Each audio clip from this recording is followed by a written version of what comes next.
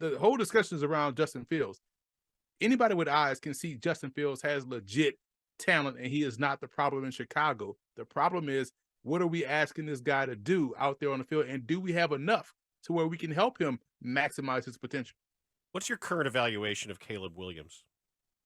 I think he's a great quarterback prospect. He's my QB1 by a long shot in this class, and is someone that plays the game a lot like Patrick Mahomes.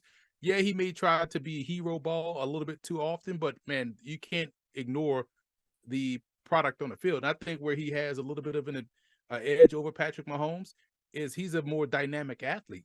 Like, you think because he's a, chubbily built, quarterback that he can't move. Man, this dude gets out the pocket and he can beat you down the field for a 75-yard run. So he can do a lot of the things that you want from a rushing perspective, but also from a throwing perspective. So he is the premier quarterback prospect in his draft class.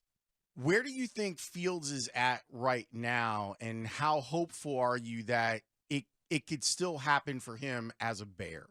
Well, these numbers keep coming up to mind when I talk about the Bears and Justin Fields. 31st overall in defense last year, 32nd overall in defense this year, and there's no real true threat in the backfield for him to hand the ball off to or keep someone honest about, okay, we got to respect their run game outside of Justin Fields. And he has, DJ Moore. That's great. That's one target. There needs to be more. So I worry about them not being able to stop anybody since he's been a full-time starter there, as opposed to him as a player. Him as a player, it's funny because I bring this up to Giants fans after they told me, well, Daniel Jones has 15 touchdown passes and 5 interceptions in year 5 or year 4 was him, earning his contract and taking the next step. But Justin Fields did that in his, second year as a full-time starter, and also had 1,100 NFL rushing yards on the field.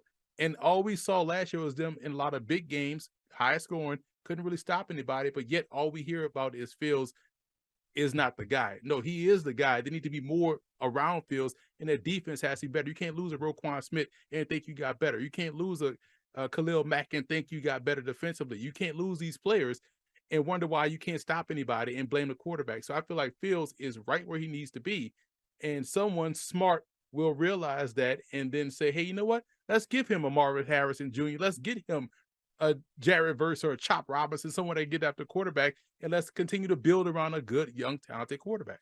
What have you thought of the way that Brock Purdy has come along in his development? Brock Purdy is the red herring example that people love to throw out there. Well, look at Brock Purdy. Look what he's doing. Brock Purdy is in a situation. How does Brock Purdy look any different than Nick Mullins, than C.J. Beathard, than Jimmy Garoppolo, than Sam Darnold in the preseason, than when healthy, Trey Lance? How does he look any different than anybody else, right? But the good part about Brock Purdy is that he's doing exactly what's asked of the position by that particular offense. So you got to give credit to Kyle Shanahan. You got to give credit to Brock Purdy. I know Brock Purdy has to be living right because they don't catch his interceptions. He has thrown a lot of potential interceptions, but he's playing within the system. And that is perfect for him. It's perfect for San Francisco. He's maximizing his opportunity.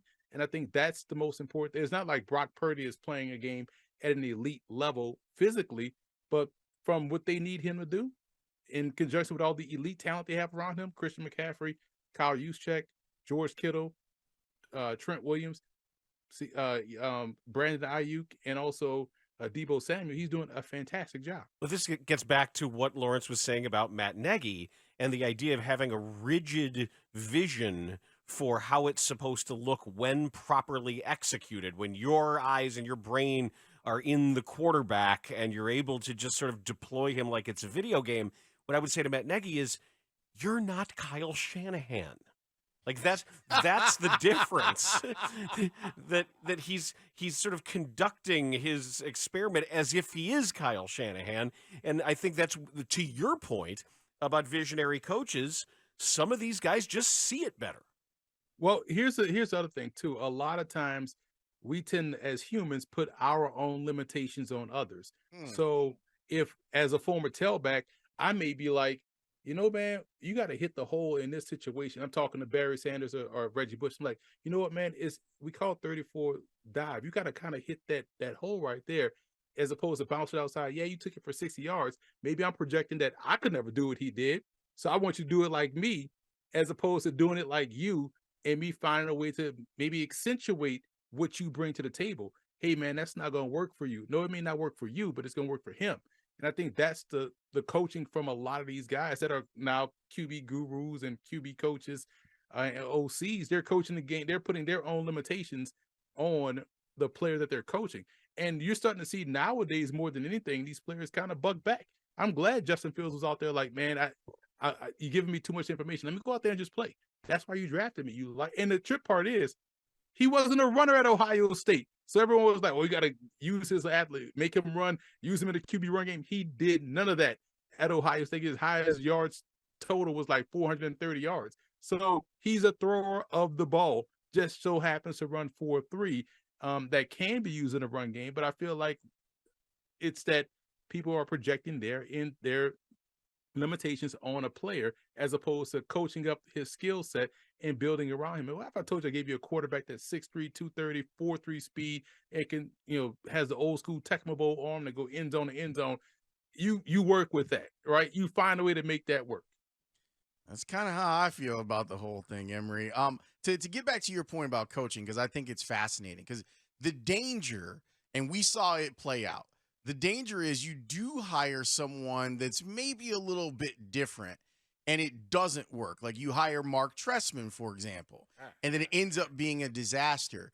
What would be the things in your criteria for looking outside of some of the traditional ways that we get head coaches? Because I know one of mine is I am knocking guys who just had success because of proximity to championship level quarterbacks. Like not every quarterback coach of Aaron Rodgers or Peyton Manning or anyone else just deserves to get a job because they were standing next to that dude.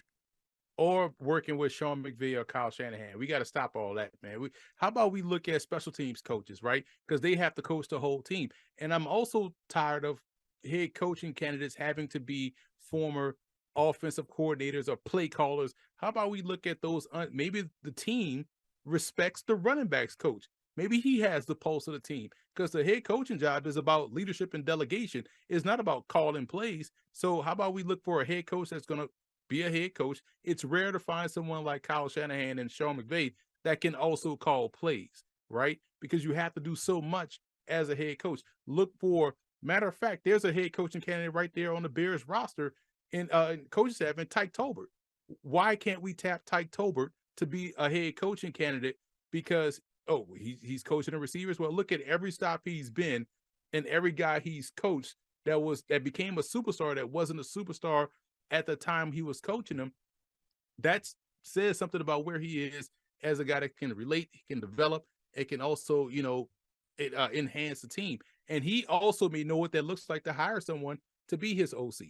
So we got to start breaking the mold of what we're looking for in a head coach, and also the routes that we're looking for, because everyone's trying to shake an offensive coordinator tree, or, well, he coached this quarterback, we're going to make him the head coach and let him call plays. Well, nah, then the game day function just doesn't work. So I feel like we have to really start to separate OC, head coach, and find different routes of getting those guys into those positions.